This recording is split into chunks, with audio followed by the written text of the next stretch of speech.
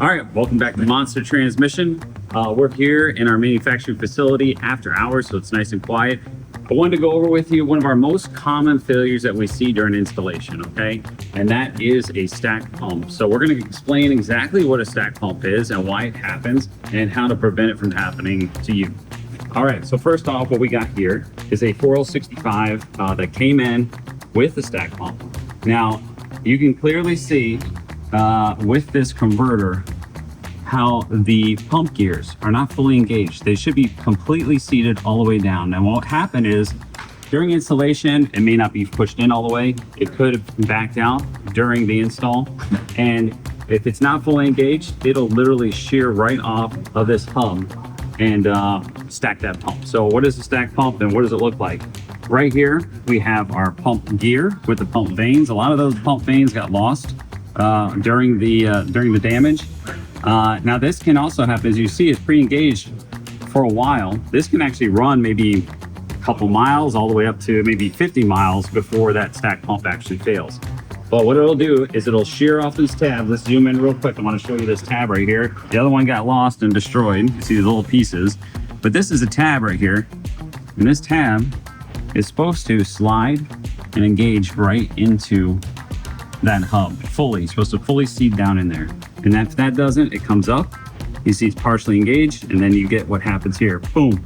Now, most likely the one that's missing or in tons of pieces is probably this one right here that sheared right off and broke the pump. Now, what's the symptoms? Okay, during installation, you'll turn it on, engage, put it in gear, and all of a sudden you have no pressure at all. And what does it no pressure means? We have no forward, no reverse gears. That's it. You're done. And what will happen is it'll prevent that pump from pumping fluid through the transmission. So you may not even see fluid in your cooler lines, in your cooler. If it happens right away, none of that fluid's going to get pumped through. You're going to have zero pressure and a destroyed pump. All right, so that's exactly what it looks like when you stack the pump. We're going to go inside, and what we're going to do is look at one of our displays. It's one of our older displays, and we're going to show you how the hub, we have just the hub itself, how that engages into those pump gears, and then you'll be able to see as I turn it, those pump gears moving. So that means it's installed properly, and you're not going to stack that pump, okay? Very easy to do. I know guys that have been installing for many, many years, and it happens to the best of us, and I will say is the most common problem with installations.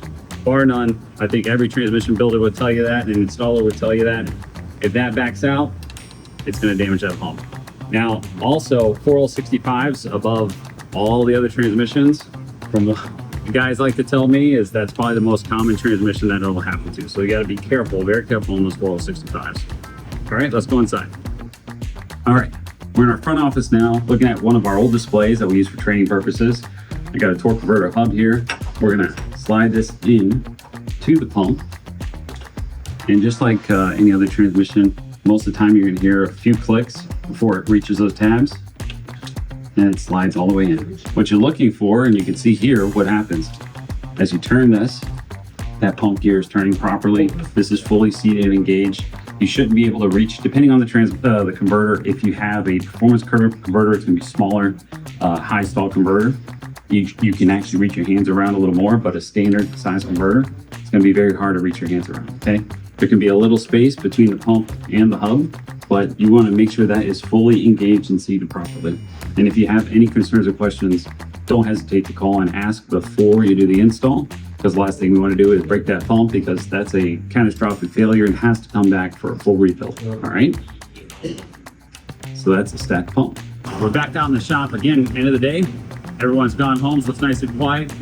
Again, we're going to talk about this hub for the 4L65 and how to prevent stacking the pump. We got an actual fully built Monster transmission here. As we showed on the display inside, it's a little easier to see because of the cutout. But as you turn this, you can see it fully seats and sinks right in when you hit those tabs. It's very important to hit those tabs. Now, one thing to note, there's only really two symptoms that you can tell if you stack the pump. One, zero pressure, right? That's an easy one to tell. You have no forward gears, no reverse gears. You're not getting any pressure. In some cases, you can actually see the two tabs on the pump rotor where this hub sits in. It's not always easy to see. The only way to really check it is you got to drop the transmission. You got to get a flashlight, try to see if you can see it. If you clearly see some crushed rotor tabs in there, most likely you stacked that pump.